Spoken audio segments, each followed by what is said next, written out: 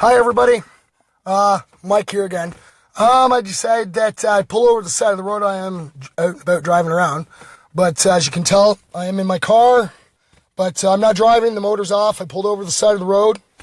You know, I don't need to get in an accident or, get pulled over for doing something illegal.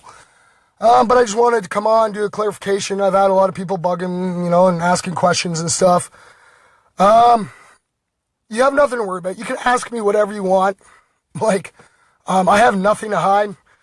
You want to ask me about my ex and I? Not a problem, I'll tell you. I'll tell you the facts and my side. That's all I can really tell you. Hey, Don. Oh, sorry. Hey, Ash. How you doing, brother? Hey, Nate. Hey, Kelly. Good to see y'all. But yeah, I just wanted to get on here. I do watch my own, go back and do watch my videos. Hey, Chris. And it kind of looked odd. It looked like, I was missing some comments up. So I was asking around people who watched and stuff. And I guess there was misconfusion. Somebody was asking about me and my ex. I have nothing to hide. I have nothing to lie about it. I'll tell you exactly what happened, the way it went down. Like I said, I'll tell you my side of the story. And then I'll tell you, the facts that I know. I'm not going to sit and tell you the hearsay because that's pointless. That's just drama. I tell you facts. I try my best. If I don't know if it's a fact, I'll tell you I don't know it's a fact, but I try to be the best I can to be right. It's going pretty good. I'm still alive and kicking. Hey, Nate. See you, brother. So that's one of my sons, Nate. How you doing, buddy? Like I said, I just thought I'd pop on, clarify things.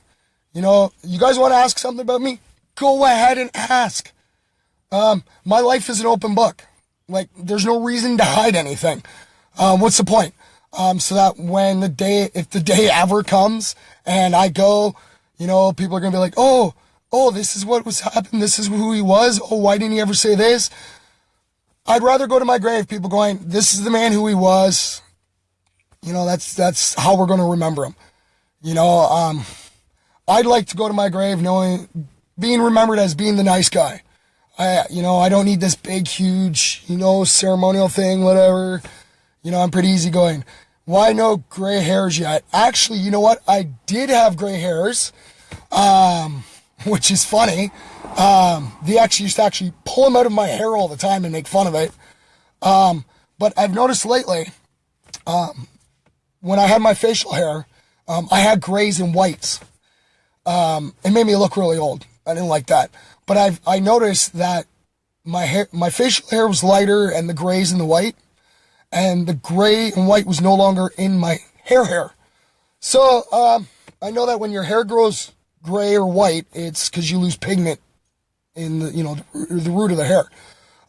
So I don't know what I've done, but my hair is natural, beautiful, red. It's great. So yeah, you guys got any questions? Go ahead, shoot. I got 4 viewers right now, so I don't know who's all viewing.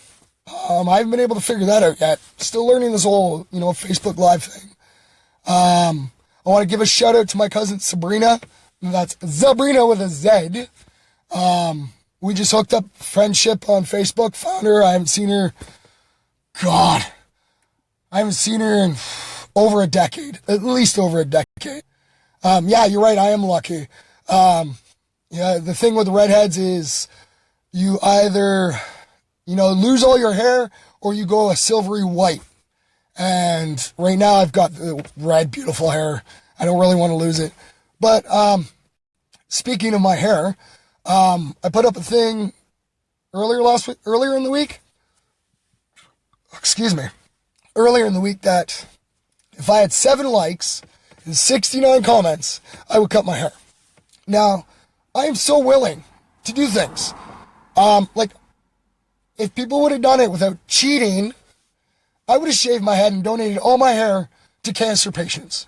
Because I know a lot of people love my hair and it's luscious. And if I can give it to someone, a cancer patient that doesn't have hair, it'd be great. Because I know if that day ever comes that I can no longer grow my hair, that I'll be able to do the same and go get a wig of real hair to me it would look normal because I look like Uncle Fester with no hair. It's funny. I look really funny looking with no hair. But, I've had, I saw the comments, a lot of people telling me to do it. Some of you might not realize it, but I might have it somewhere in my pictures. I don't know for sure. I have a lot of pics on my Facebook. But let's see, we're going back about 4 years now. I lived at 50 Willow with my ex-wife at the time. And I was playing, well, this would have been when her and I were split, when she was on her cocaine addiction, and her and I were split. I had a friend that was, became my, my border roommate. And we used to go out back and play basketball one-on-one all the time. And so we placed a friendly wager that whoever lost a game of 21 would sport a pink toque for 30 days.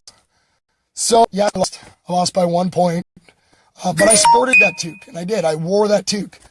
But I actually wore it for almost 60 days, because during the 30 days I was wearing it, sporting it, it came up about breast cancer awareness, so the pink. So I sported it a little bit longer to, for the shout-outs for the cancer and stuff. Cancer has got a huge impact on my family. I've had cousins die from it. I've been diagnosed with it. But, I keep moving forward, because that's what it is. Hi, Becky. Nice seeing you. A long time no see you. I used to go to school with Becky. I used to go to high school with Becky, back at Heights. And don't get me wrong, it's not the only high school I went to. So people know and don't misconfuse this. I only have half of grade 10. I went to St. James, dropped out, went back to St. James, dropped out, went to Heights, dropped out, went to Ross, dropped out, gave up on high school. Now, I'm not telling people go drop out of high school. Having your diploma is a good thing to have. Having the education is good to have. I had circumstances in my life that were out of my control that ended up forcing me to drop out. I ended up going into the work field at a really young age. I'm 36. I've been working since the age of 10. I'm a hard worker. I'll work literally until the day I'll probably have a heart attack at work and be put in my grave. But that's if that ever happens, because like I said already, till the day death comes knock on my door, I think I'm immortal. I've kind of survived quite a lot of stuff.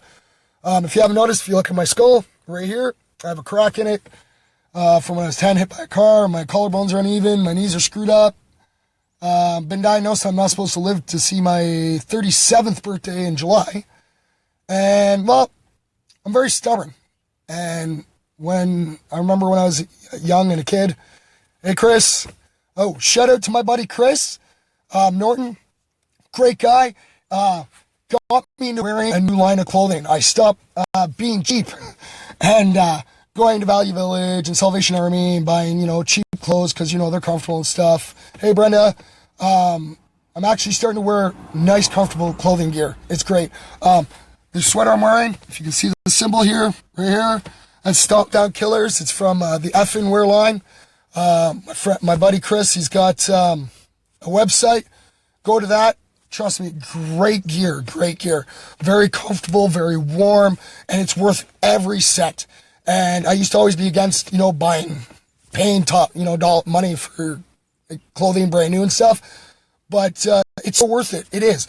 He's got hats, sweaters, t-shirts, toques, hoodies, pants, you name it, he's got it. All you gotta do is check out his site. Hey D, I see you're watching. I got 5 viewers. I don't know exactly who's watching. Because like I said, I haven't figured that out. I'm sitting in my car, pulled over on the side of the road, saying hi to everybody. I got things popping up. I was mentioned in a comment, I guess. I don't know for sure until I shut my live off. But like I said, I want to get on here and clarify. You guys have any questions? Just ask me. I have I will answer any question best that I can. Am I still in town? Actually, no, I'm not actually in Guelph. I'm actually between Guelph, Fergus, Elora right now. But like I said, my phone kept dinging off. The joys about my new car, which it's like luxury. It's great. I love this car. The heated leather seats, everything's like beautiful. But anyways, my Bluetooth hooks into my car, so I can actually talk on my phone through my car. And I can actually talk through my Facebook as well in my car. So if you were to like Facebook call me, I can talk to you through my car as well. I can also get texts through my car and voice activate to send a message back and stuff. But yeah, I just had, people ask me, why I didn't clarify certain things, why I didn't go into more detail. You want detail? By all means, I'll give you detail. My friend last night, Christina Farstead, I used to hang out with her, God, but I'd say between 8 and 10 years ago. And, excuse me. And now she's in BC. Speaking of BC, my little brother, Chris Mack, I don't know if he's watching this live right now. There is a time difference between him and I. Him and I share the same father. And he just turned 30 years old today. So I got to make fun of him, telling him wait till he gets a little older. Welcome to the 30s. Funny thing about Chris Mack and I is we've talked to each other on Facebook and stuff. We still haven't met each other. One day we will, because that is one of my things on my bucket list to do. Is I have anywhere from a half dozen to a dozen brothers and sisters from here to BC because of my biological father, I guess the sperm donor. His name's Ron. He hasn't really earned the respect to be called dad. He gave up on all of us kids and walked away and didn't care. And the views I have of my children, of loving my children, being there for them, that they're our future, is because of the man I call father. And that's Henry Klotz. Anybody that knows me knows knows him as my father, and I will always call him father until the day I die. I have such much respect for the man. He may be my stepfather, but as far as I'm concerned, in my heart, he is my father. And I know he's not doing well. Him and I haven't spoken in a few years now. And it bothers me, because I always tried to make him proud. And when it came to the election in 2000, he brought a tear to my eye, because it was the day after the election and I got my butt kicked. And he came up to me and goes, what? For the first time in my life, I voted, and I voted for you. And I'm very proud. You may not have won, you may have lost, but you tried. And I'm very proud of you for that. And you touched me dearly. And, I'll never forget that. And like I said, as far as I'm concerned, he's my father. You don't need to be blood to be family. It's the respect and the loyalty you have for one another that makes it. But I've been sitting here now for a little while, and I'm actually en route to go see some friends and stuff. So I'll try to pop on later again. Thank you all for watching live. Like I said, you have any questions, you can ask me, privately. You can text my cell, 509-760-1596. If you want to privately, you can ask me there. If not, next time I do a live thing, pop on. If you want to ask me a question that you want me to answer live, just do it then, and I'll put it on. All right, so until next time, peace. Love you all.